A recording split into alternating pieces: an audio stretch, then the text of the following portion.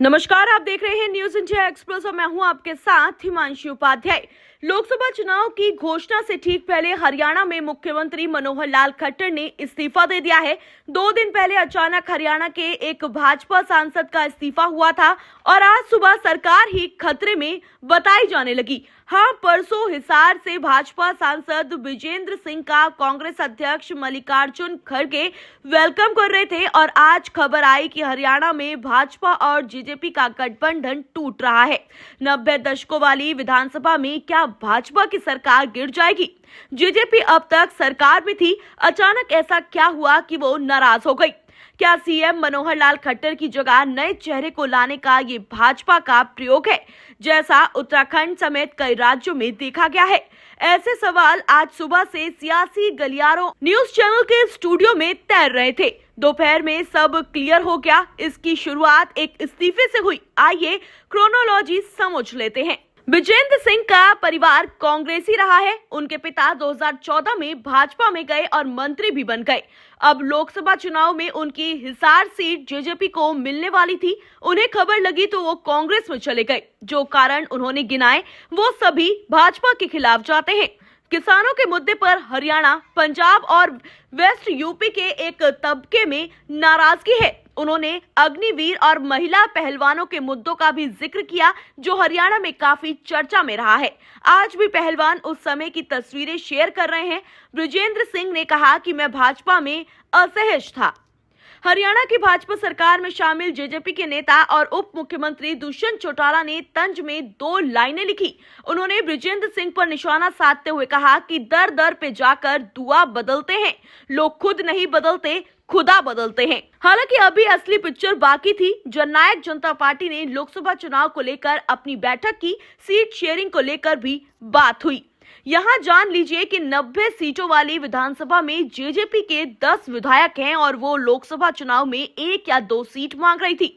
बताते हैं कि भाजपा सभी 10 लोकसभा सीटों पर चुनाव लड़ना चाह रही थी।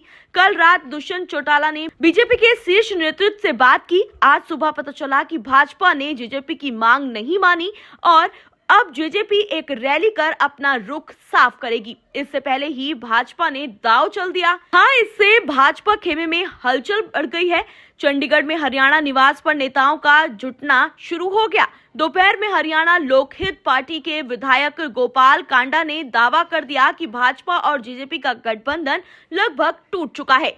लोकसभा चुनाव में भाजपा सभी 10 सीटें जीतेगी। उन्होंने कहा कि जेजेपी के बिना भी हरियाणा सरकार बनी रहेगी और सभी स्वतंत्र उम्मीदवार बीजेपी को समर्थन देते रहेंगे।